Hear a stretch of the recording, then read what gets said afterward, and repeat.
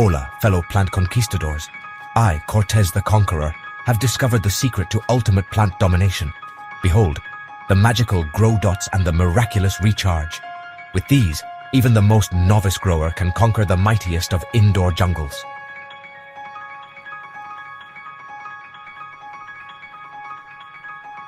Grow dots, my friends, are no ordinary pellets. They are time-released nutrients, crafted by the gods of cultivation themselves.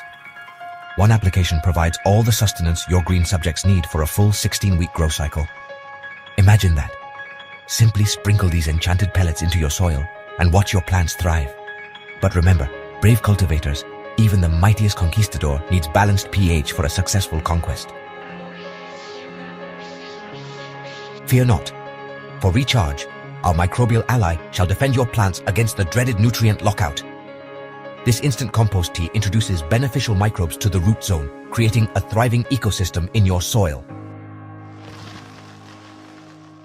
The result? Stronger, more resilient plants that laugh in the face of pests and diseases. Witness the fruits of our labor. Lush, vibrant plants that would make even Montezuma jealous. Are you ready to simplify your grow and maximize your yields? Then heed my call. Join me on this epic growing adventure. Visit www.realgrowers.com/Cortez and use code Cortez for a Conqueror's discount.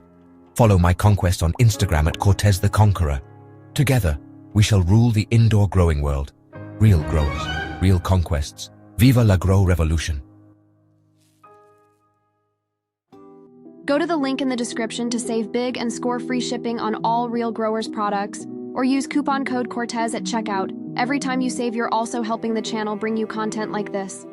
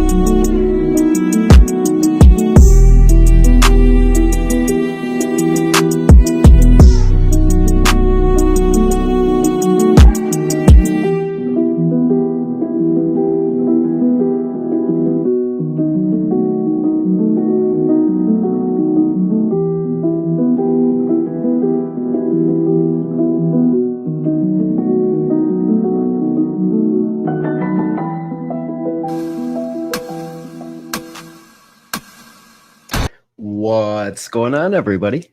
It's Cortez the Conqueror. We've got a really exciting show for you guys this week. I've got my special guest co-host, Konqueror Chris. How you doing today, Chris? Great, man. Cortez, it's always good to hang out, and I'm excited for this episode, brother. Oh, it's always a party, but it's kind of cool. We got one of the true legends in the game. Well, somebody that's been around for a really long time and has come up with a really innovative product that I know a lot of people in the DGC use. It's a Big Dude Grow supporter and one of the pros. If you guys even go to the website, They have the free samples on there where everybody can get a free 2-ounce bottle of the Lost Coast plant therapy that Chris has actually got right there. It's almost like we're prepared for this, man. Yeah, if you're wondering about IPM, that's what we're talking about. Integrated pest management. This is something that you put in your toolbox for your grow, along with some of the other things. Yes, sir. They actually came onto my radar as a suggestion from JR Token as far as when I started using the Lost Coast plant therapy. I had gotten some clones from some guys that were local here, and I happened to get a really bad case of spider mites from the clones that I took in. Now, just because of who the source was, I know I shouldn't have, but I let my guard down. I was a little bit too trusting. I didn't quarantine anything. And then to make matters even worse, I just kept writing the spider mites off as a deficiency. So I'm like, oh, maybe I'm lacking a little bit of nitrogen, maybe this, maybe that. And I didn't really face the cold hard reality until I started to see the spider webs on my buds. I had the same issue, not spider mites. I just kept on looking at the plants thinking that, oh, it's a little heat or something else, ignoring it. And luckily somebody called my attention and said, you better look at it. Turned out to be russet mites. Ooh, Yeah. I've never had those, but like, here's kind of a pro tip. I had like maybe an $12 jeweler's loupe, China. And, went off Amazon, and I just put it kind of like over the lens to my phone and got in there and got some video. And it was actually JR Token that I reached out to. And I'm like, JR, what is this? He messaged me back like not even 5 minutes later. He's like, brother, that is a 2-spotted spider mite. Yeah. Yep. When it's really cool that we've got a community that you can identify it and know what to work with, but it always sucks when especially if you get a video. you come to realization and they're like loop tech, and you're like, what is this? To where you can actually like show somebody to Chris kind from Crop of Culture. diagnose a little bit better. I have a tabletop microscope, and I got some pictures of it underneath, and it was like, yeah, Oh, you fancy, huh? But it's fun. Lost Coast has gotten rid of some other things, and I think we should find out from an expert about what's in it and how it works, huh? Yeah. Before we get the blabbing too much, we might as well go ahead and bring our guest on. Hey, Dirk, how you doing today, sir?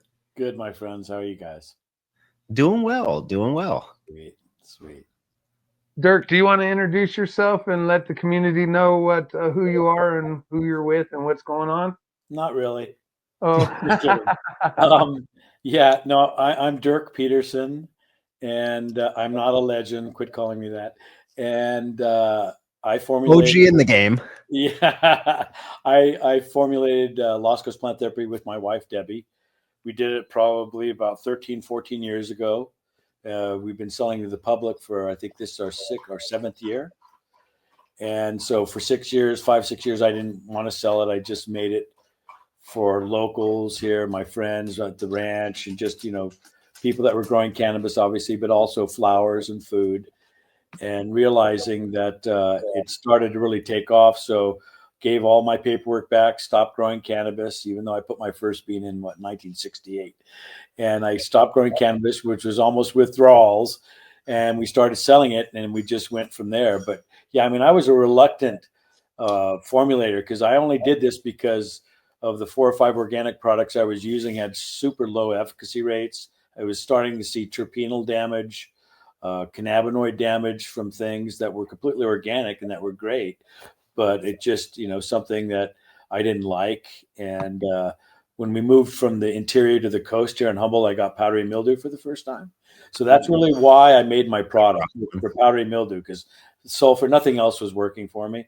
And then just keeping it for maybe a couple of years just with friends and neighbors, they started telling me that, oh, hey, we're getting rid of mites with this. And hey, we're starting to see that aphids. So to this date now, we have all, the insects written on the bottle, what we can get rid of. And turns out that it's pretty much a standalone product, but it's great in IPM systems. IPM being a fancy name for using more than one product. That's all that is. And it works great in IPMs, but it's also a standalone. I've had growers for 13 or 14 years now just using that. They haven't used anything else. Immunity buildup for our product, like other oil-based products out there, would be 200 or 300 years. And the reason is because our product has thoracic breakdown, metabolic breakdown, exoskeleton breakdown, and suffocation. And those four alone, it's a lot for Mother Nature, even though Mother Nature is so fucking strong. It would still take that many years. And as a preventative for mildew, it's just the new paradigm in growing. All 5 continents we're in all 45 states is weekly maintenance now. Everybody's putting on weekly, even large vegetable growers and fruit growers are putting it on now weekly because that's what it is. I mean, the earth is heated 1.7 degrees Fahrenheit. So all these blooms that have always been there just exploded. And I tell everybody the A's, the middle of Alaska, middle of Argentina, the middle of Australia, people that had never had any problems before started seeing insect infestations, pathogenic infestation. So it was the right time for us to make our product. This was all serendipitous. There was nothing planned. And now Lost Coast is the go-to-go product for pretty much everything, for insects, and as long as they're soft-bodied, and for mildews. Right. And it's great. Pollinators are attracted to it. It doesn't hurt pollinators. So bees, we have people spraying their hives. It's not the Verona mite. It's another type of mite that's like that. I keep forgetting the fucking name.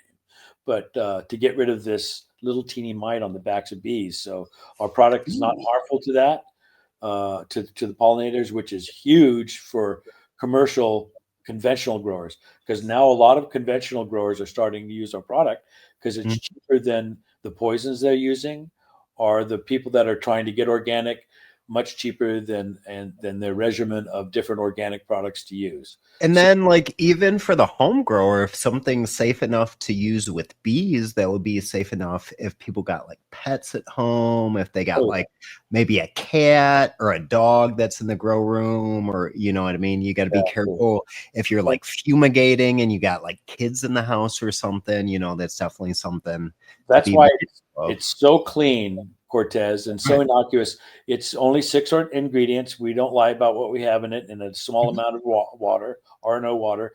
But when I tell everybody this, when I was in Vietnam, they couldn't get the organics properly, the terminology, they just couldn't interpret it. So I'd spray it in my face with my mouth and my eyes open, and I'd drink 1 or 2 ounces. And I did that many times. And just to show you how clean it is, because it's everything that goes in a human or on. The only thing that goes on is the cosmetic grade isopropyl alcohol. Everything else is consumer food grade, so you can actually eat it. You don't want to, because the alcohol, the soybean oil, the surfactant, it's a very high quality surfactant. We don't do any sodium lauryl sulfates or any of the derivatives of that. That's just too damn harsh, which a lot of our competitors use. And people have been spraying it on their dogs for hot spots, for like ticks and fleas, and cattle. We have horses that will occasionally spray it on for flies. There's a cattle. I've never even thought about that. There's a cattle operator in Tennessee that sprays it on his 100 head of cattle, because he goes, my wife uses this on our own vegetable garden. So we just decided to see, and sure enough, it helped, mitigate the black fly problem, which kind of blew my mind. People are actually seeing less psoriatic patches. A lot of people have psoriasis at my age and older, and they're seeing less psoriatic patches on their arms and their legs when they spray our product. Because you don't need to use anything, even though we're required to say use a mask, use glasses, goggles, something. But there's no RE time. There's no re-entry interval time. Right, it's 0. You could spray this while you're in there. So people have been spraying it on their feet for athlete's foot, which blows my mind. I still haven't done that one yet, but that's how benign it is. People can spray it around. Suppose that's better than on your feet in the shower, huh? I know. So it's kind of a universal product, but it really is made mainly for pathogenic and soft-bodied insect problems. So yeah. We've heard about it from a lot of people, and the one thing that just always comes up, like very first thing, is the smell that they love the smell in their tent. It's a very pleasant smell. So and that's why I use peppermint oil. I tried about 15 different essential organic oils. They all would probably work about the same, but peppermint oil is a natural insecticide, but at the amount that I put it in our formulation, it was there just for scent. That's all I put it in there for. That it actually helped with the smell of it is great, but that's really all it's in there for. I wanted something that smells, better than just alcohol, even though some people can smell alcohol, depending how good your senses are that you can smell.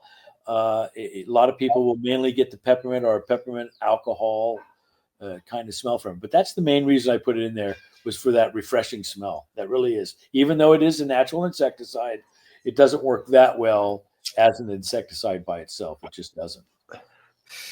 I got it. But yeah, I mean, there's a huge portion of the DGC that absolutely swears by your stuff. Sweet. I know Rasufa is a really big supporter of yours. And I love that big galoop. He's so sweet. He's such all the people that I look up to use your stuff. So that was really kind of what gave me the motivation to be like, okay, there's really must be something to this. If Rasufa, Jared Token, and the list goes on, swears by it. I didn't know you guys were DGC kind of connected, adjacent, like Scotty and Brett. It's like, shit, no wonder I like you guys so much. I love those guys. They're great. I mean, I couldn't go to the DGC Cup this year because some things that I could not get out of it really upset me too. But I mean, we're definitely going to be going from now on. The year before was the first year we went. JR couldn't go to that because he was having his things. So it was like, so I'm going to go up there this year and drive by and make sure that I say hi to him and take him out to dinner or something, spend time with him. He's such a sweet man. I really like that guy a lot. But yeah, as they come. I think we might have met that year that you were there at the DGC recently. Your voice is what I really get. But now that I'm looking at you, I know. I mean, at my age, faces just go in a blur, but I know voice is better now, which is funny. But yeah, I thought we did. I didn't want to say it because so that's cool. That was fun event last year. I really liked that event. Oh, it definitely was 2024. I had got some content with you out there last year, Dirk. It was like a little, maybe like 1 minute clip that we recorded. Dude, I mean, see, that's what I hate about being old. You start forgetting things, and it's like, this is too familiar. A lot of this is familiar, but thank you for telling me that too, because it's like, I don't forget things. Things are kind of fucking muddled. Oh, I gotcha. Yeah, I actually still have the Lost Coast hat. I got like the Lost Coast Truckers hat, and then you gave a hat to my wife too. She had gotten one of the beanies. Yes. She still wears that thing. That's her favorite hat. Well, I'm going to be sending you guys out some product and some more clothing after this. You just got this one at the cup. I'm glad you guys are showing me this. Let me grab my Lost hat so I can send you out something different than that. I'm glad, like a different hat. Good. That's awesome. Yeah. Definitely love the product. There it is. Right. Now I know what to send you guys. Good. And your significant others. Awesome. Almost definitely. It was actually kind of cool. His old lady was my wife's maid of honor for the wedding. Oh my God. Big shout out to Mo Groves. Sweet. It was a big special event. How did you get involved with Brett and Scotty, or Dude and Scotty, excuse me? Yeah. And the DGC. I should fucking know this, god dang it. Who was it that it wasn't JR. Rasufa? Thank you. Rasufa to JR. That's how this whole thing happened. It was mainly Rasufa. Thank you, brother. Yeah, Cortez, it was definitely Rasufa who introduced me to all you guys. And I pretty much have just done people that know Rasufa's podcast. I turn down most podcasts. So it's mainly Rasufa's people that I even do podcasts with. So this is great. That's how I met him. But yeah, Brett has been down to my house a couple of times. He and his kid once, and he and his father. going through. Okay. So yeah, they're just, I haven't spent a lot of time with Scotty, but I know he's a kick in the fucking pants without question. I mean, without question. But yeah, that's how I got connect with them. I like them both quite a bit. And you guys now, and JR, it's like, and I still Like haven't one big family. Yeah. Yeah, I get the Lost Close sample every time I get the DGC VIP bag, and we've This gotten more year, than that before. This year we stopped after 7 years. We don't give out 2-ounce samples anymore. We finally stopped. We gave out That's been $500,000 discontinued. worth of samples in those 7 years. And what we did is we have 4 ounces now. So when people, so you doubled it. well, so somebody could flip out a $10 bill and buy it. They don't have to, it's that a lot of growers are like that. But that's what we give to people like you or your friends or people that listen to DGC adjacent podcast. We'll give the 4 ounces too, which is great because it's twice as much. And then people can really start to use it a little bit more. So we still are offering that. You guys out there are a member of the Dude Grows. Lost Coast here is, if you go to the DGC Pros page, then that is where some of this stuff is available to the DGC community if you guys wanted to get the samples. Sweet. Yeah, because I know that we sent him a lot of them, if not the rest.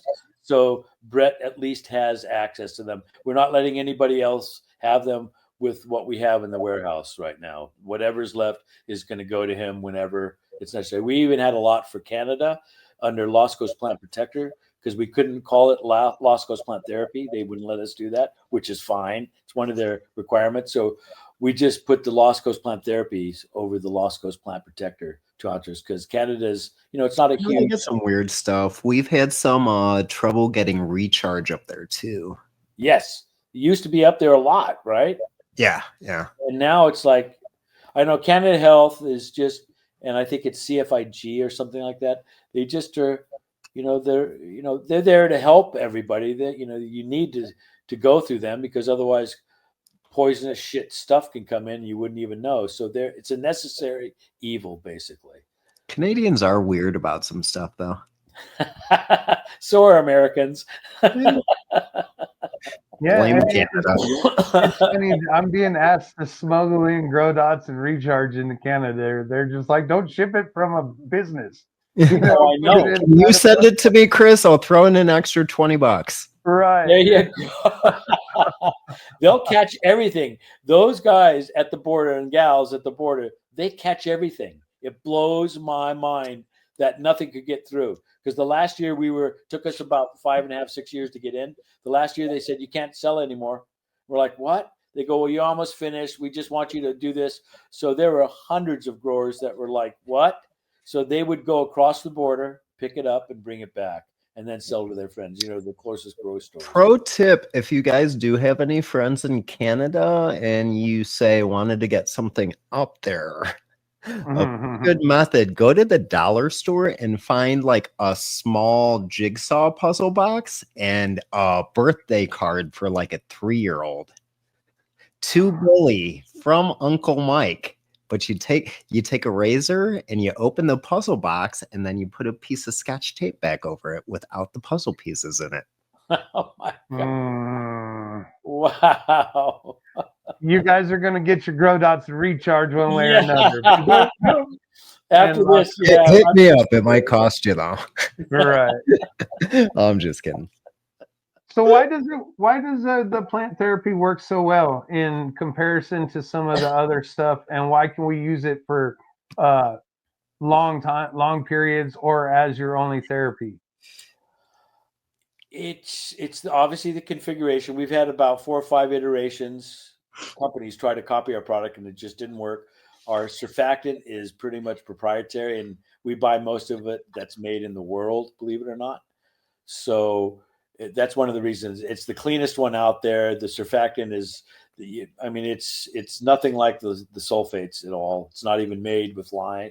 It's made with a different process that's much cleaner. That's why it's no sulfur or anything that in there. So it's really clean. But I think it's because we went through 20 different companies to get about 6, 7 products. When I originally started making this, we went down to 6 and just a small amount of water. But they had to test for heavy metals, pass for heavy metals, different poisons. And I'm not going to say which companies there were, but there were organic products out there that weren't passing the parts per billion that we were requiring, even before they started doing PPBs. In the beginning, when they were doing parts per million in California testing, a lot of companies floated through, but when they went to PPBs, a lot of them started failing.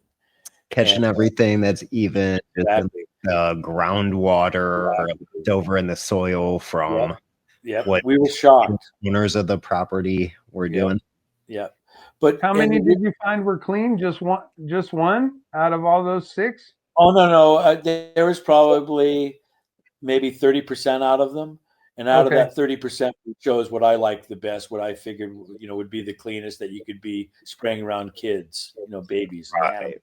Kids. So there was a difference. There was a difference. But that's the reason the product works so well is it's just our high quality products. It's very expensive to make. It's way more expensive than any of our competitors that are still a lot more than a few have gone out of business because store owners say that they don't even sell hardly anything else once we get in there. And we came in at a low price, even though I thought the product was still expensive. We came in about half price what most of our competitors were. And that really, if I see something on the shelf and it's almost the same thing and it's half as much, I won't buy it. I'll buy the more expensive one. Right. Other people will do the opposite, but we knew we were going to take a hit for about a year.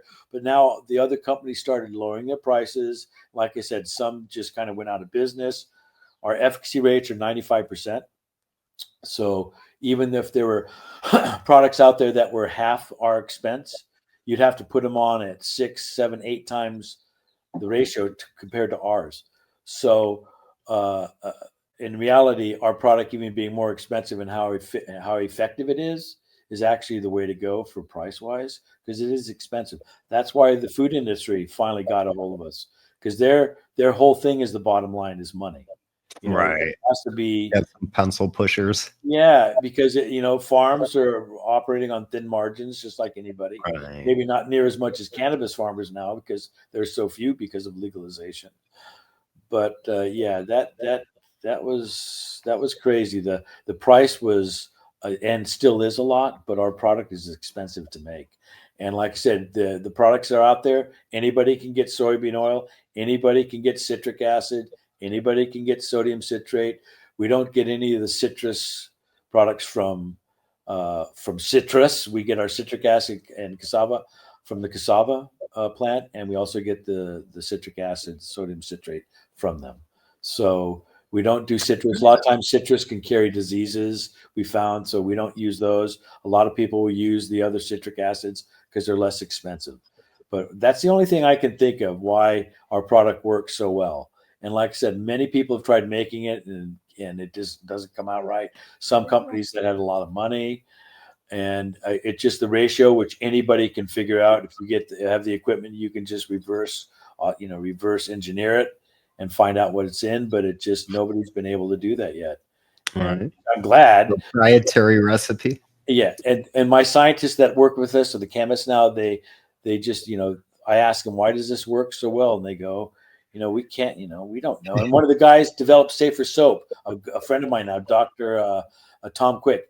He's the one that really got me going on this because he goes, the product we invented 50 years ago with a couple other scientists, it has nowhere near the efficacy rates that our product throws out. So that was really kind of cool. That's when I knew we had something. Really What's on the something application special. rate? The application rate, you can use up to 6 ounces per gallon. I've never talked to anybody in the world with 12 acres under glass to 1,000 acres outside that has used over 3 ounces. And that was only to get something under control. The vast majority of people use about a half ounce to an ounce for my general maintenance. General maintenance, people can get by with even just an ounce per gallon, 2 tablespoons. But most people that want to sleep at night that seem to continually have problems, whether it's their terroir or their atmospherics, they'll put 2 ounces on a week, even though it's a little more expensive. Some of the bigger farms ask us, is there any way we could lower the price? So we started experimenting with adding isopropyl alcohol. Didn't matter what strength it was. 70, 71, 90, 99. We would add that to a gallon of water with 1 or 2 ounces of our product, and it just made it go further. It doesn't necessarily enhance it. It just saves you that third ounce putting in. And these Stretches it out a bit. They'll buy $20,000, $30,000 worth a year of our product because they're huge. It saves them a lot of money, thousands and thousands of dollars, adding the alcohol. And so far, nobody's reported any ill effects from terpenes, cannabinoid production in cannabis, or flowering or anything else in fruits and vegetables. So we're really happy to hear that, because we know more than a few farms spraying with helicopters and planes in Oregon. Right. And they love our product. They won't use anything else. But again, our product works great in IPMs. You can still use your IPM system if you want. I always tell people do a quadrant, whether it's 50 acres and do 1 acre, 5 plants in a tent, do 1 plant with our product. And there'll be some washover from, because you're so in close, you're in a small tent. So do 1 plant with our product and 4 or 5 plants with your other product. And if you're using ours in an IPM, do your IPM, and within a week, 2 weeks, 10 days, you'll see a difference. So that was the same as an outdoor farm or an indoor farm with 400 lights, or with four plants in the tent. People would always do that. I go, just do yourself a favor and look at that. And they show pictures back, one row side by side. Yeah, and be like, holy shit. And it's like, our product doesn't enhance the growth. I tell them that. A lot of people mistakenly think that. It's that they're getting rid of an existing pathogenic or insect problem that they didn't know they had, even though it was very slight. To get that 95% efficacy rate, it's almost like 100%. And that's really not easy to do in something like that, that it could be a fungicide or insecticide. And that's rare for it to come across that way. And it was just all serendipitous. I mean, I rock sculpt for a living also, besides growing when I used to grow cannabis, and I didn't know what I was doing. My chemist laughed at me the way that my wife and I formulated the product, because we killed hundreds and hundreds of plants. I needed to know what it did empirically before I set it out, if we were really going to sell it to the general public. And anecdotally, I'll repeat something, but it'll have to be 200 or 300 growers that say the same thing. And so a lot of times, anecdotally, it'd take a few years to say, oh, it will get rid of this. Oh, it will get rid of that. But right now, we're pretty much the insects that are on the label now, and the mildews. Most definitely. It works quite well on, quite well. So one of the things that I got to ask, Dirk, so how were you introduced to cannabis, and how did you kind of get into growing before the product even really came about? Like, can we kind of step away from the product for a minute and go back to the beginning to see how you got introduced to the plant? Yeah, well, my father was in the Air Force. He was a fighter pilot, test pilot. So the last place we were in, we were Las Vegas. And so my brother, who was 3 or 4 years older than me, was out of school already. He came back to visit, and drugs back then, I think I was 14. It was like, oh my God, no, drugs are horrible. You can't do that. Anyway, all I had to do was smoke cannabis once. And it was like, ooh, okay, this isn't so bad. So the first bean I put in you was were about to go hang out at like a jazz club and rob a liquor store after you smoked a little bit of reefer. There you go. Called in bomb threats. Yeah, I did all that shit. Yeah. It's nuts. It's nuts. So I was pleasantly surprised. And I started playing music when I was 9, guitar. So I was already in the music scene. So this was really cool to me.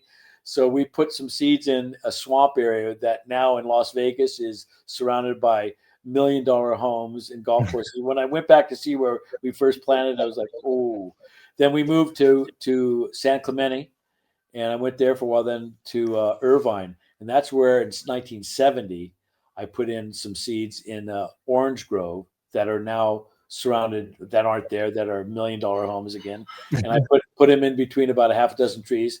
Some Hispanic workers were there, made friends with them, made sure that they watered, gave them half the crop, which was, of course, absolutely ridiculous, because half the plants were male and the other half were female. I didn't know what was going on. It was like, no, this is great. We'd be smoking it and just going, oh yeah, we're wasted. And in reality, we weren't.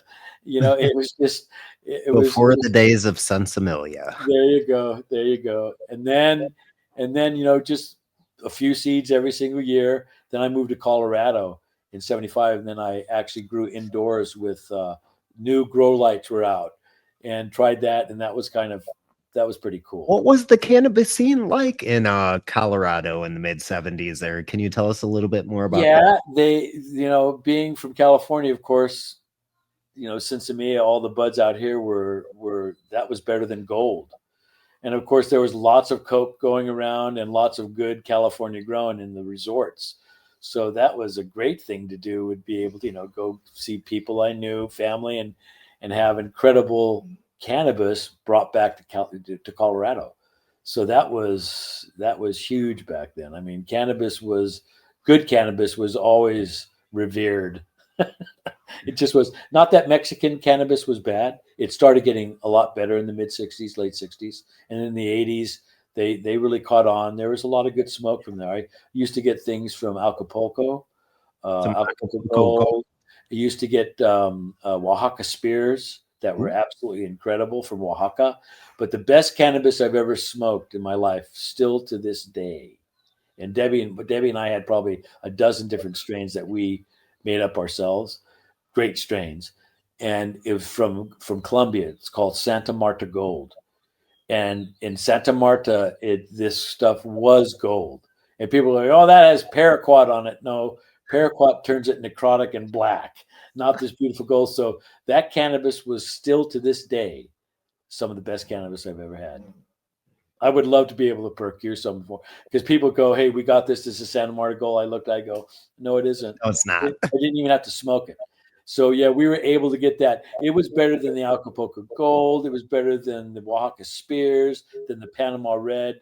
It was absolutely fantastic smoke. It really was. But that's how I started growing. And then, in Santa Cruz, then coming up to Humboldt County in '89, that's when I started growing it commercially, especially for medical grade. That's what we were in the very beginning.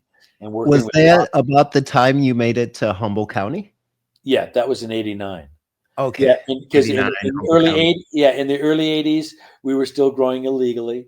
In Mendocino, at different places. I won't let you know where they were, but right. Yeah, neither here nor there. Yeah, we were doing that, and it was allegedly. Yeah. And so we gave a lot away. We always would give things to the vets and to people that really needed it, because that's just the way we've always been. And, that's just the way that's just the way it's been. But yeah, when I started truly growing commercially was '89, when I finally moved up to Humboldt County. Before it was all guerrilla, obviously illegal. But yeah, I was never a huge grower, but enough to where I lived a decent life. Enough to get by. Yes. Yes. Yeah.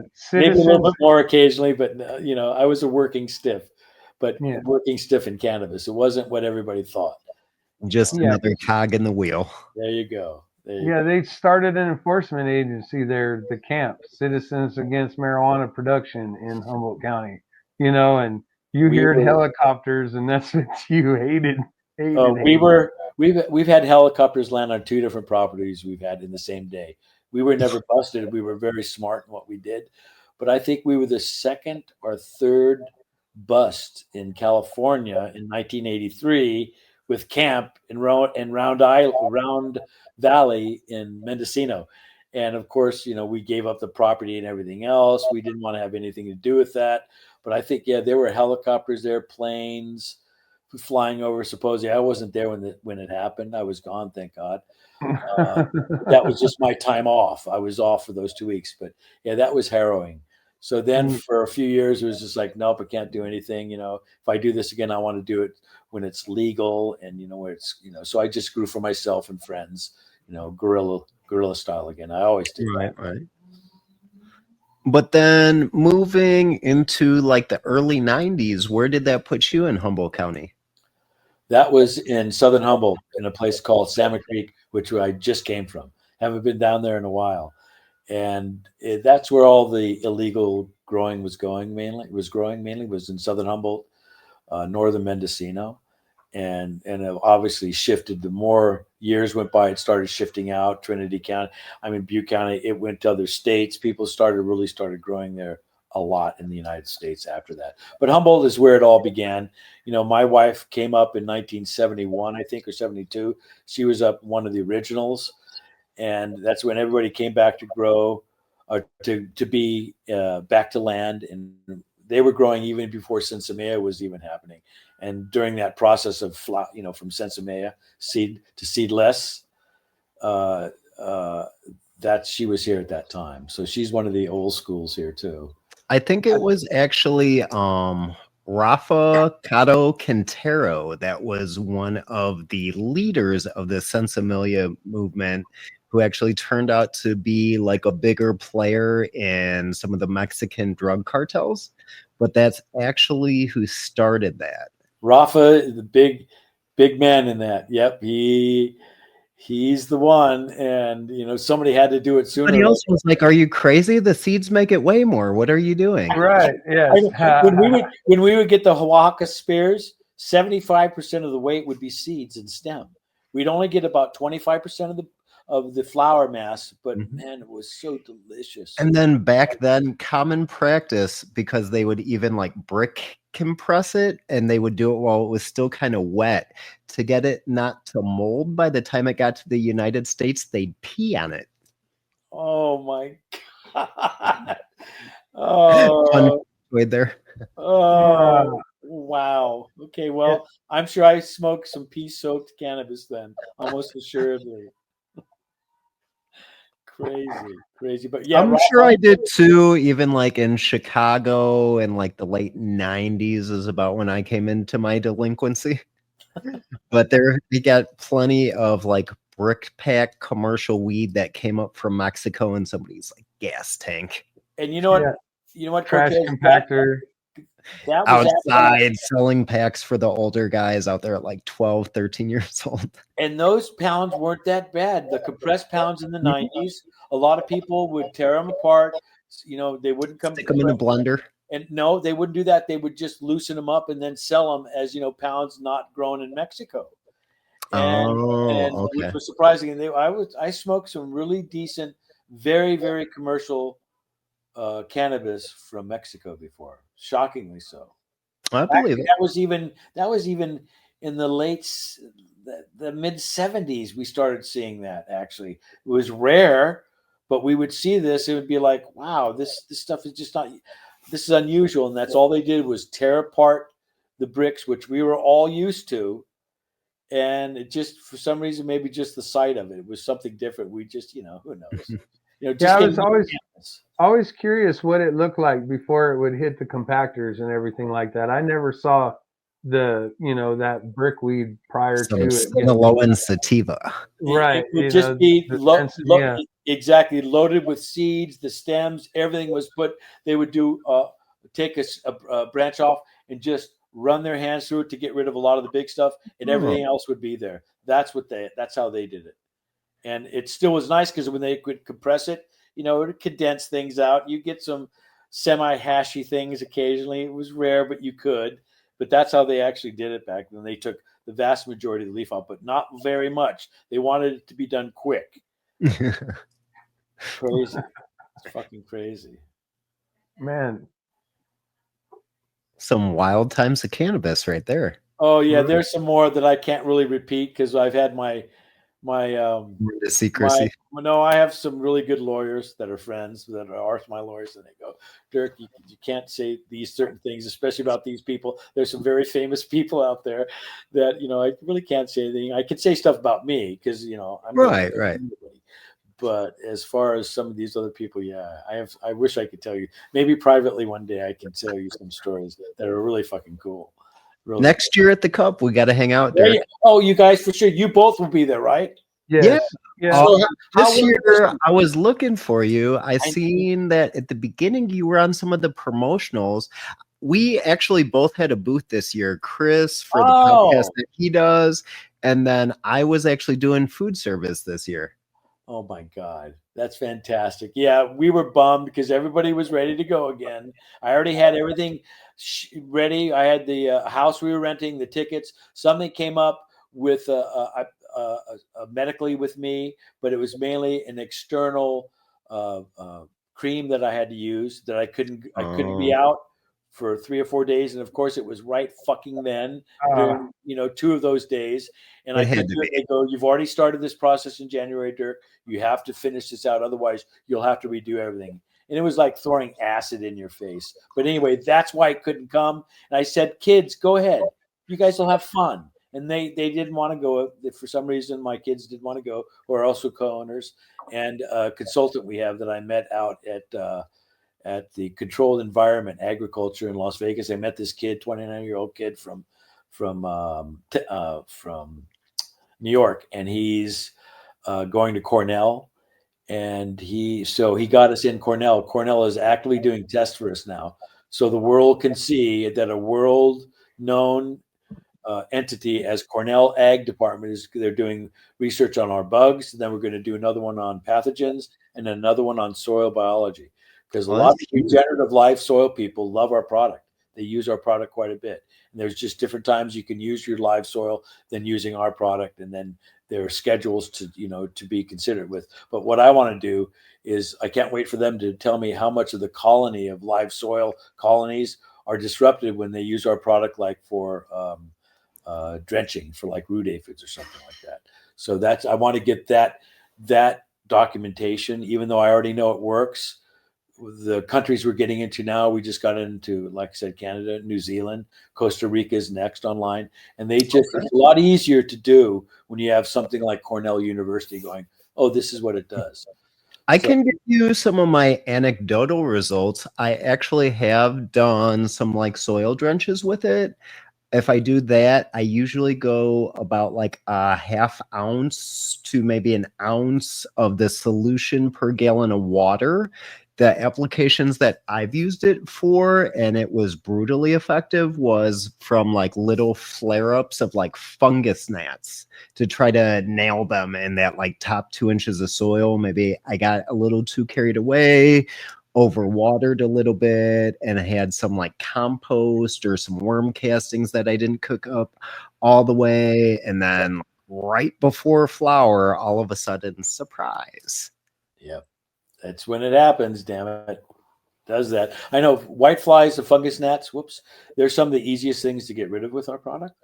As a matter of fact, people that are usually spraying for something like russets or spider, red spotted spider mite or foliar aphids, things like that, leaf hoppers, will get rid of fungus gnats and whiteflies without realizing that they're doing it. And if they really have a problem, prophylactically, they spray. We just say whatever substrate you're growing in, spray the top for about 10 seconds if you think you have a substrate problem. Like thrips will pupate inside the leaves of plants, but they'll drop to the soil for so many. They're smart bugs. Thrips are smart. But you do that, then you'll get rid of the thrip infestation.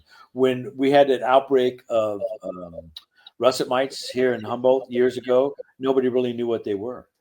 And so we've had people put them on for 50 or 60 days in a row, still pass the testing, and they even won at the Emerald Cup. But that's how much you could put our product on, even though it was a total waste, and not damage your plant. Right. Which blew and it's even something that you can apply if you're in flower already. Yes, up to day of harvest. And like I tell everybody, who in the fuck wants to put any liquid on their fluorescent, they're flowering the last week of their harvest, let alone last day. But if you have to, our product will do that. That's why I put the alcohol in. The alcohol helps dissipate the product. So in about 15 minutes, you're done. So we have people spray 2 or 3 times in a day sometimes. We have people spray every day for a week. We have people spray every other day, twice a day. We have people putting on 50 growers. Depending on how bad the infestation is. 50 growers will put our product on 25 different ways. It's the craziest thing I've ever seen. For bad infestations, we'll say Monday, Wednesday, Friday, Sunday, Tuesday. That's a 10-day period. You've effectively gotten the eggs, pupating insects, and the adult. But a lot of people will put it on twice in a week and go, "We got rid of it." I go, "You didn't. It's only a 95% efficacy rate. It'll be there in 2 or 3 weeks with a vengeance," and that always happens. So that's just what is it about every 2 to 4 days you got a new cycle of eggs hatching, depending on what insect it is? Depending, but I've heard every single day from different age groups of insects, because some people will just keep things at bay and just going, we just haven't had good harvest, blah blah blah. So it's a little bit every fucking day. It's the weirdest thing. I've learned a lot about entomology, more than I wanted to or needed to with this. And it just that really is quite effective. And then from then, after that 10-day period, putting our product on, some people get by 3 times a month, tri-monthly, bi-monthly, but most people will put it on once a week, even if they don't have problems. We'll have people cut a clone, dip it in our product, put it in a substrate that they're going to grow in, soaking in our product, and we'll put it on every 10 days, maybe twice a month, until the vegetative state it gets bigger. Then they'll put more on. It's a little excessive. Half the farms I go to do free consults for, they put on twice as much. They're not affecting the terpenes or the cannabinoids. They're just wasting their money. So we always tell people, start out with the 1 ounce per gallon. If you feel you've had a bad infestation level, or you want to get something in control, a couple ounces per gallon. And if it's really like spider mites, you see webbing every other day for 10 days to really make it that effective. So even with slight infestations, people will go that 10-day route if they can afford it. Because again, the product's expensive, and we're talking large, $100,000 crops, even some $1 million crops. That just gets expensive. So that's why the ag company loves us so much, because all their little vegetables and fruits, when they're small, they can use 11 or 12 ounces per acre. It's a gallon and a half to 2.5 gallons, depending on the size of a cannabis plant, per acre to really get it under control if something's bad. So that's why you want to get everything under control as soon as you can, as young as the plant is. It just helps, because any stressors later on will bring out a multitude of things. Right. I mean, for the home grower, though, up to weekend harvest. I'm sorry? I said everything, including up to weekend harvest, like as far as your yield, that's where you'll really take the biggest hit. That's it. We even have people spraying at post-harvest. Sorry, Chris, to interrupt, but we have people spraying at post-harvest. The first 2 or 3 growers I yelled at, I go, what in the fuck are you doing spraying? You're drying, curing cannabis. They go, well, we got powdery mildew. We left, a friend took care of it, blah, blah. There are a lot of reasons. But after about the 50th, and now I've probably talked to 200 in the last 7 years now that we've been growing, 200 growers, they put it on post-harvest. And the legal ones here in California that have to test the PPPs, flying colors. And that blew my mind. Because otherwise you could lose half your crop or more and have the other tainted and give it out for making oil or something. This way, most growers. Good luck with the butane. Yeah, there you go, BHO. But most growers save 75% plus of their harvest after they contracted the powdery mildew drying and curing.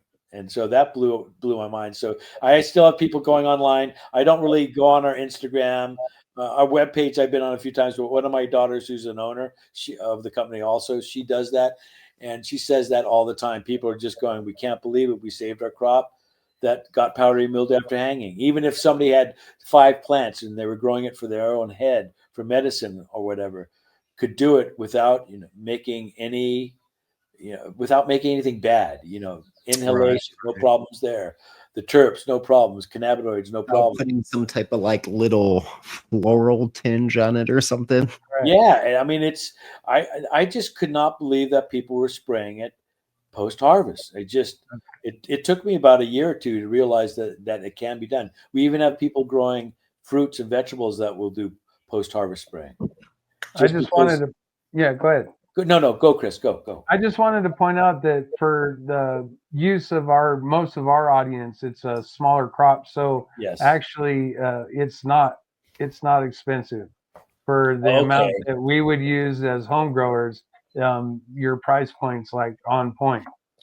4 ounces is going to last you a grow in a smaller tent. If you're just doing the 10-day cycle to break something and then just the upkeep.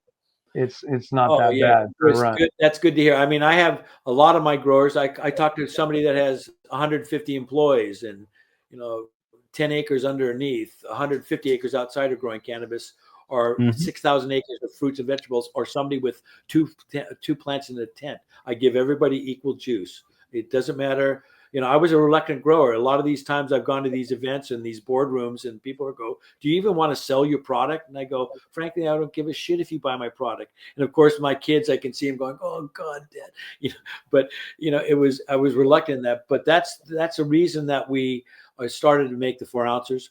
We want to sell those, but we also want to give those out to people so they can try. And like a tent person, I would give them in a heartbeat. But a lot of times I'll give somebody that has 2 or 3 tents, I'll give them a quart or a gallon. And they'll call me back 2 years later. We're still using it. It works great. We can only put a 2-year shelf life on it up in Canada. And here I think it's 4. But I just undid one that was 6 years old. 95% efficacy rate still. I have state-of-the-art greenhouses here. I don't grow anymore. But my wife has flowers in there, and another is a storage, but these are state of the art. So we'll throw plants in there and we'll do a test on it, cannabis and flowers and things, and then give them to neighbors of ours that, you know, are legal farms that, you know, that are selling it legally out there. If I mix up a gallon, sometimes I even mix up a half gallon just because a gallon's too much. Sometimes that'll last me for at least like 2 months. Well, 60, 2 months, maybe 90 days out of a gallon. Wow. Now I've had people call me that 2 and 3 weeks later, they couldn't get any product. The store wasn't there. They couldn't get in time to order it from us or from Amazon or whoever. And they've had products sitting for 2 or 3 weeks. They just re-agitate it and it worked. Yeah. So just give it a shake. And it does start to separate a little bit over time, but if you give it a shake, it goes right back into. Wow, Cortez. That's the longest I've heard. Yeah. Wow. I'll mix up a half gallon or a gallon or something, and I just put it in a sealed container, and then I'll just put some in my sprayer when need to, but I just shake it back up. I don't want to waste it, you know, because we're doing 5-8 plants at a time. Yeah. And, I'll fill up maybe like 2 or 3 spray bottles, and then if I got like a little bit left over from the gallon, wherever it's at, I might even just kind of put it like on the tops of my soil. Just kind of go around with how plants I got going and just spread it out so I get a little bit on that top layer of soil. It's always where the fungus gnats like to hide. Exactly. So you'll know when our product does go bad, because I forced it to go bad a few times. And below freezing weather and 110 degrees. Took a long time. Took about a month, but I made it bad, and you could tell because it doesn't turn white, milky white when you shake it. And the oil, there'll be a weird smell to the oil, but that took a lot for me to do because I couldn't do it. And I finally just said, I'm going to keep it in the trunk of this car in Arizona. We'll see what the fuck happens. And after brought it out, and it was like, finally, it's bad, you know. But I wanted to make it bad at 100. And actually, a few of the days it got 140 degrees in the trunk. So I believe it. Holy shit! I've heard about it in Arizona. People's like tires melting to their driveway. It's so fucking hot. We rescue horses. We went to rescue a horse in Arizona from the ocean. When we got there, the rubber around the windows of the horse trailer were actually starting to come out. And we were like, are you kidding me? Yeah, that blew my mind. Yeah, Arizona growers love our product. They just spray it in the early evening or early late evening or early morning. But as long as you're about 80 degrees, you can spray a product. But we have people around the world that are places that can't get below 90 at night, sometimes at night, and they spray it and it's fine. We've had people spray it at 95 degrees because they couldn't get anywhere, and it worked okay, which kind of blew my mind. The cooler it is, because what activates our product when it becomes negative is heat. And that's what you got to watch out. Anything oil-based with heat, you can have problems. But if you have like 50 lights in a grow room, and now, of course, they're not sodium, they're all LED. If it's warm, if it's okay with your hand where the tops are, the colas are, for 15 seconds, 20 seconds, you're fine. And so a lot of people won't turn off lights, or they'll turn out most of the lights. Some people, if they do it right, will put in green lights, which every indoor should have, because the green lights, you can see what you're doing and spraying. If you want. But the product works better the cooler it is. But like I said, we have hundreds and hundreds of growers every day spraying between 80 and 90 degrees all the time. When I do my IPM, I usually just shut my lights off for like 15 to 30 minutes. I have done it lights on though with the Lost Coast, but if I'm doing it with the lights on, I'm going to use an atomizer sprayer rather than like a regular spray bottle because from any type of like intense light, if you have those like water droplets, they act like magnifying glasses. They can, yep. Well, water droplets, what, 200 microns? Regular sprayer is about 150, and the foggers are like 50 to 75. But the best, it's like a mist. The best is the electrostatic sprayers. Those are 5 to 25 microns. And those things, look up electrostatic if you've never heard of it. They're affordable now, even though they're still hundreds of dollars. But you use about 30% less product, and you take about half the amount of time to spray. This stuff is, these electrostatics now are incredible. They used to be where you'd have a chain from your backpack or whatever to the ground because of its electric. Now they have handles, so you don't need ground yourself. But the electric statics are amazing. But foggers, they work great because the smaller the droplet size, it spreads. So the water droplet spreads, so it goes over way easier, covers a lot more. It's a much better product, for spraying, is the foggers versus just the regular sprays. You just use more product when you use a regular sprayer, just because the water is bigger. So what made you come up with this product? Like, what were the circumstances? What was kind of like the mindset going into it when you first came up with it for yourself? I think I was using sulfur in the cans that you would ignite, but I used the European sulfur burner. Yeah, the burners, the American burners were just cheap, so I got European burners, which are better. And then I was using a little bit of azadirachtin. I was using neem oil. And I started noticing terpenal changes in our strains because we were so familiar with them. And I didn't like that. And I did that for a few years. I go, there has to be something better. So that's why I just dabbled in it after a while. I just went, there has to be something better. 4 or 5 products I'm using. The efficacy rates are low. It's just, and I've tried everything. They just aren't working well. And some of the things are actually starting to change the taste. And I didn't like that. That's why I made my product. Yeah, that neem oil can leave a nasty taste sometimes. And a lot of organic products out there can. Sulfur, I could taste a hint of sulfur, even though it was way before we harvested. I have a hypersensitive palate, though. If we were talking and we were this far from each other, I could tell what you had for lunch. I mean, it's in a way it's a curse sometimes, and others it's great because I'm really good at judging cannabis as far as a high, but as far as taste too, terpenal factors. And that's a big deal for me, was that I didn't like the way the cannabis started tasting myself. And I was able to try Grandivo and Regalia before they were out. Great for food. I didn't like them for cannabis too much, and I got them before the public was released to the public. It's not a bad product, but that stuff for food is okay. But for cannabis, because of my hypersensitivity to taste and smell, I didn't like it. But that's the main reason, because nothing was working out there. And I was bummed because we are organic growers. We've been eating organically since the 70s, and all of our smoke was in the very beginning, organic. What's that? The first 3 times growing, it's like, we finally realized, got that pretty quickly underdone. I can't remember. We were using Scott's Miracle Grow or something for the first few plants that we ever grew. There were no books written. I mean, Ed Rosenthal hadn't written anything. Jorge Plantis. I know. And Ed and I, now we met at an event. We're friends now. I love that guy. He's so fucking cool. But yeah, I mean, that there was nothing out there, and until they came out with those books, it was like, finally there's something. Matter of fact, Robert Connell Clark, who wrote Marijuana Botany, that he did his thesis. That was his thesis at UC Santa Cruz. That's the book that my brother turned me on to. My brother pretty much taught me everything. My older brother Eric, and this thesis was, I had to have a dictionary next to me to even understand half this.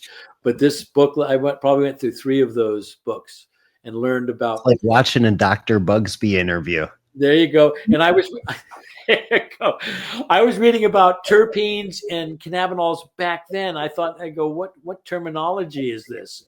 Back in 72, 73, whenever it was like, what? No, that's not, of course, terpenes are in anything we smoke or eat on the planet. Right. But back then it was like, whoa, and it was colchicine was involved. Colchicine, I think, some poison to make the plants diploid or something to make them. I mean, there were so many things in that book. and it was just almost too much. But that's all that was there for us for growing. We learned from that book that we tied the tops of our plants 2 or 3 times during the vegetative season back with little ties for 3 to 4 days. That would make a little bit of low stress training. Yeah, and that would make the plant just thicken up instead of cutting a top, which would take 2 or 3 weeks to recover from. And we would bend them over, and the plants just got to, and then take the ties off. I mean, that's why we would have 2 or 3 or 4 buds for a lot of our pounds. They were that big and that massive to where we could make 3 or 4 pounds for a bud. So they were each like 3 to 6 ounces. It was somewhere even more, but those were specially buds. And these, I mean, full on buds, and half the time it'd be like an ounce worth of stem in those things. But celebrities, musicians, they love those things. Do you have any of your genetics laying around? I know that you said that you're not growing anymore, but do you have anything around that you were breeding? Gave them all away, seeds, clones, everything. And there are people out there that are still doing it. But you guys, at one point, we had 15,000 growers here in Humboldt, and now we only have about 1,200 that are legal, and maybe another 1,000 or so that are illegal. So it's diminished quite a bit. A lot of people I gave them to don't grow anymore. I'm sure I could find something, but I have a lot of people throwing me their genetics, which is really cool, even though I don't grow anymore. So I'll just give them to friends that are growing in the backyard, or growing 20 plants. Right. Or our employees, I'll give something to. That's one of the big things I've heard about, like the California market. But it's not only California that when legalization has come in, it's pushed out a lot of the people who really built this, like the people who took the risk, the people that took the work in, the people who, to where we have the knowledge that we have now, and they kind of got like overlooked as some of the bigger money came into the industry. It's true. Many growers are resentful of that, and many aren't. They just kind of don't grow anymore. They just they were saved enough, or they had their property, or whatever. But yeah, the people that didn't really change with the times. I mean, I'm old school, but I listen to the younger people. A lot of my friends are in their 30s and 40s. I mean, I hang out with 70 and 80-year-olds. We were just down at a place where the average age was 70. And I'm a youngster at 71. There were 83-year-old. That were growers down there. But I hang with a lot of those people. I followed a lot of the changes, and that's why we could do what we did and change with the market. But I'm glad that I don't grow anymore, because even though I had state-of-the-art greenhouses here, they were incredible. For my travels around the world, there were 4 different companies that I twined into one, could control with my phone the opening of them. I mean, these are just sweet. I've kept 2 small ones, 24 by 36. Like I said, my wife has flowers and food in one, and we can experiment. The other is just storage. My other big ones I tore down and gave to friends, and I have warehouses there now, green warehouses. We were really conscious of what we were building. But yeah, so what we were just talking about. How when legal cannabis came in, it kind of crushed some of the smaller guys. Oh, it did. And there are a lot of boutiques here now that are going to survive, that are 10,000 square feet and smaller, and some are are bigger. They will survive because of where they're from and their genetics. People who learn to adapt a bit. Yep. They're farmers now. They're no longer growers. And as a farmer, you watch every penny you have, especially because the legalization in California and other states just is killing them. I mean, you could go out and purchase a pound that just came in first at the Emerald Cup. Some friends of mine that use our product, the Mendo Dope Boys, first time in Emerald Cup history that an outdoor sun-grown organic has won first place. It's always been indoor or always deprivator. And you could buy a pound from them or bound through them for $450. And there are pounds out here for $100 and $150 that are totally smokable pounds that the general public would consider really good smoke. $100 to $150 a pound. And I told people this back in 15 years ago. Cannabis is going to be $200 to $300 a pound in the mid-20s, which it is now. And ounces will be $15 to $20 if you get them through friends. Of course, dispensaries are still charging a lot, quite a bit. But yeah, the time of making money. And when they open up the central United States for cannabis, when it finally becomes federally legalized, the price is going There's to a little bit more interstate commerce that's allowed. all that will be allowed. It'll be like cigarettes. They'll open up 1 million acres through all those states, and cannabis. There'll be Marlboro cannabis. Philip Morris will start throwing money in the pot. That's it. I mean, at one point they had hemp machines for the cannabis thing, supposedly Philip Morris, and they got rid of them because they saw that after Jimmy Carter, especially, because if Jimmy Carter, we almost got it decriminalized in Jimmy Carter's age, and now look what happened. How far backward it went. But yeah, it's the boutiques that are there now probably will survive, but it's hard. It's not easy for them. They are farmers now. They're making a living. They have a roof over their heads. They're feeding their kids, their animals, paying mortgages, but they're not buying new trucks anymore. The vast majority aren't. The days of buying Mustangs are gone. That four-wheel drive, going to vacations, those are out. Having 2 jet skis and a motorcycle in the driveway. You got it. Maybe 2 motorcycles. But yeah, it's definitely has changed that. It's not, not the mom and pop thing anymore. And the mom and pops that are making it, most people are like, oh, good. Some people are very jealous still. It's like, oh, you sold out. It's like, no, they just happen to have a brand that's making it. And there's still a lot of these young kids in their mid 30s to early 50s are, they're good at what they're doing. They're making a great product and they survive. But it's not like the halcyon days, not like, when you could blow $1,000 a night on food. Back when you could get $3,800 for a pound. Oh, there was a while we were getting 56 for about a year. 56. Oh, look at that. But we were growing really, really high grade cannabis, like everybody else. But we were at really. There's a suburb outside of Chicago here where I could sell ounces for $500 a piece if it was that. And the best part about it, it's this town called Barrington, Illinois. They have like a Lamborghini and a Ferrari dealership. It's all like old money, you know what I mean?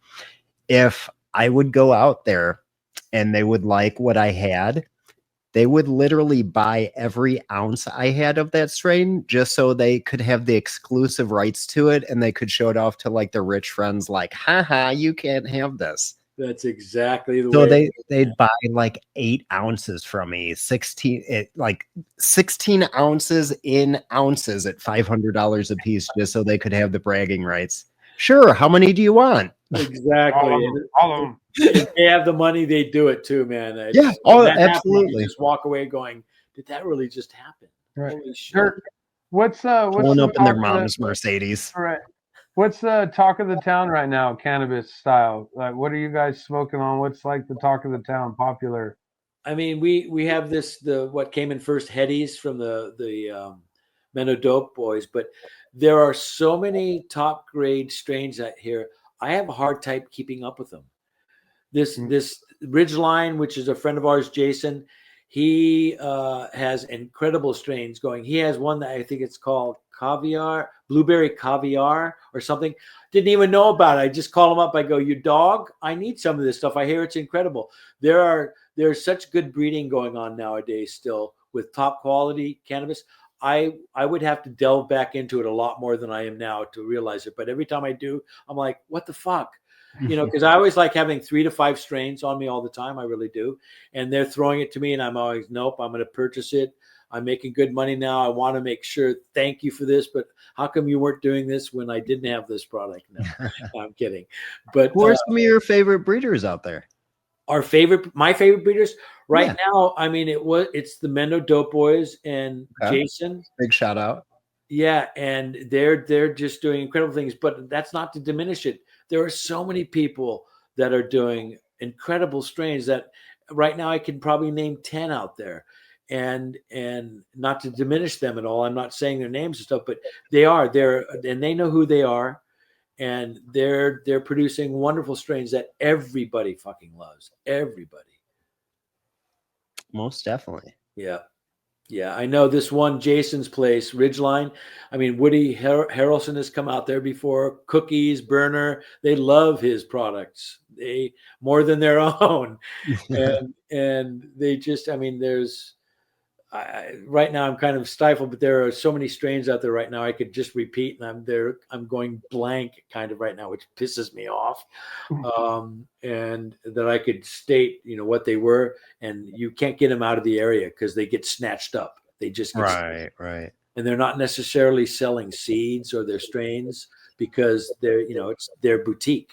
They're making Right. sooner or later they let them all out. Sooner or later they start selling them. But in the beginning, they want to make sure it's them that's that's cashing in on it, which they kind of have to nowadays. They really do. Almost definitely. Yeah. So I know in one of our conversations we had before the show, you said that you were getting more into like agriculture and like I believe you said strawberries. Strawberry, well, everything. We're just getting into the conventional market right now. Not only organic strawberries, organic lettuce, but conventional growers are realizing that our product's less expensive than their poisons. And they Right. develop immunity after who knows how many cycles. And that's the problem. Our product does so many things to an insect. Our consistent application weekly, every 10 days for powdery mildew, changes the pH of the plant. And so the spores don't like, inoculating on the leaves. They just kind of sit there and blow away. And They go dormant. yeah, well, yeah, or yeah, if it's right atmospherics, they can, but more than likely, because of this amount of spraying our product does, it actually gets rid of them. Actually eliminates. It Okay. does eliminate to the 95%.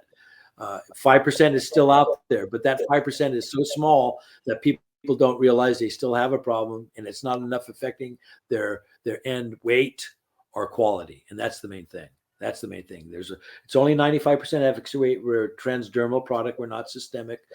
And half the scientists out there literally think that powdery mildew is systemic, and the other half thinks it's not, which is just like anything else. It's like anything you come up in life, no matter what it is. There's a certain segment out there say this, certain segment out there say that. I'm on the side that it's not systemic, but it really doesn't matter because our product works. So it really doesn't matter. But I just don't think it's systemic so much. But then there's good arguments for it being systemic.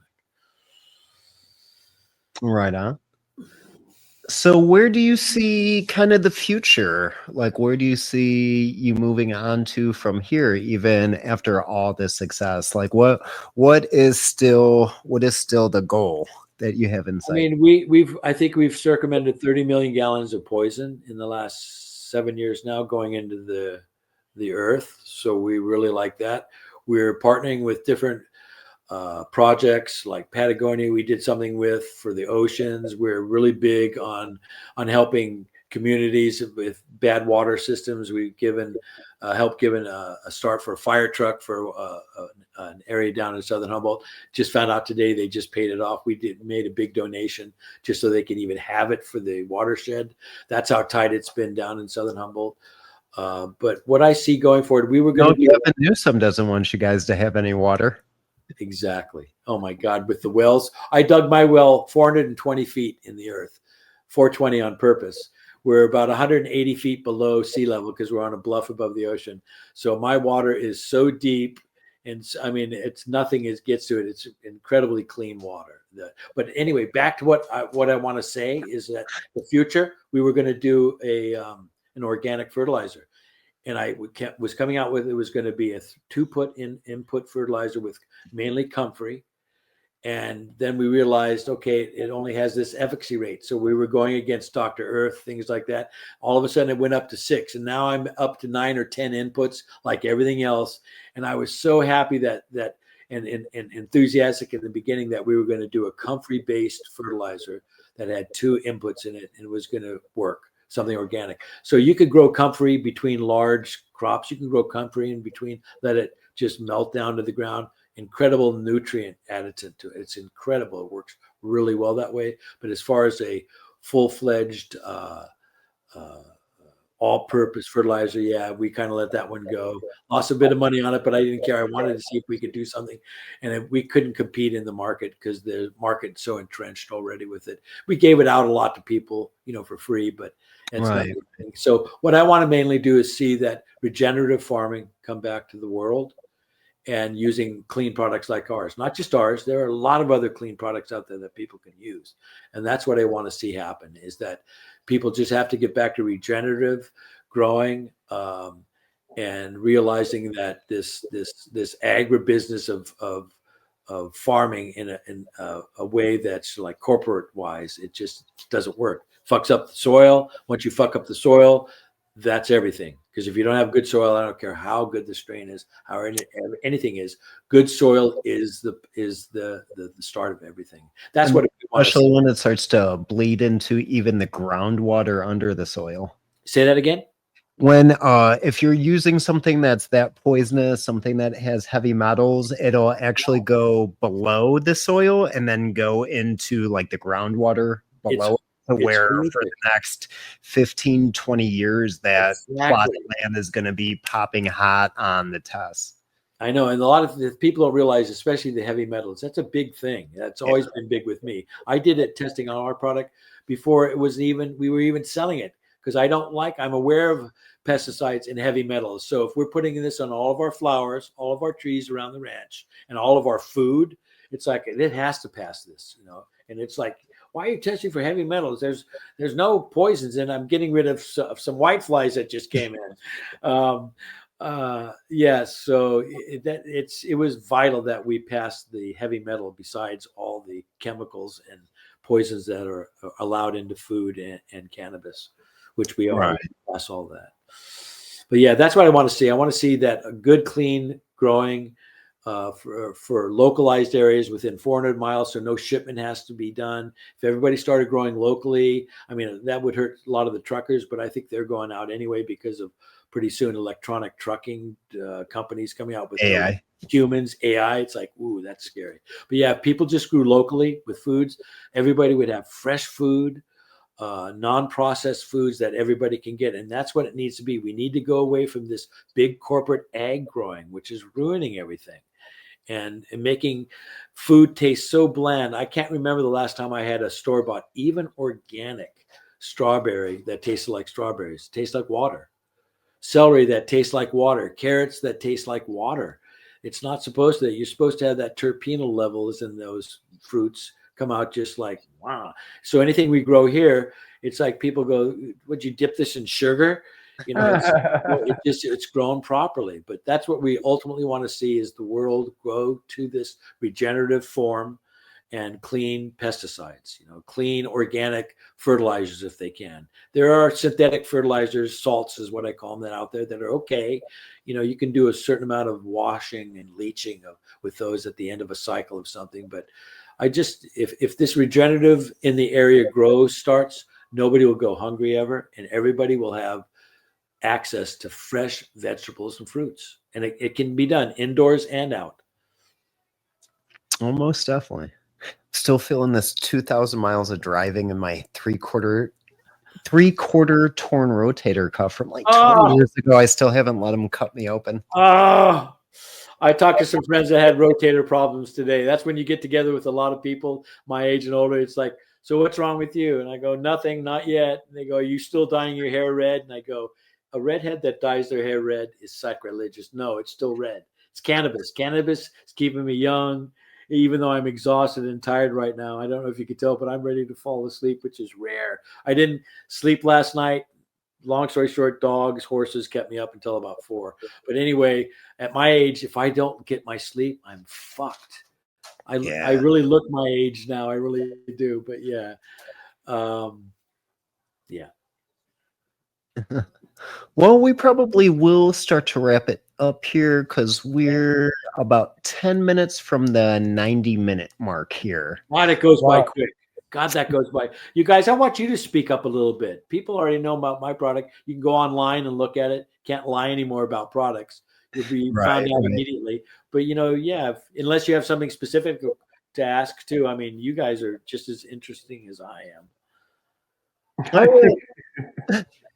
No, I was actually going to ask, did you have any shout outs you wanted to give or anybody you wanted to kind of recognize on the way out?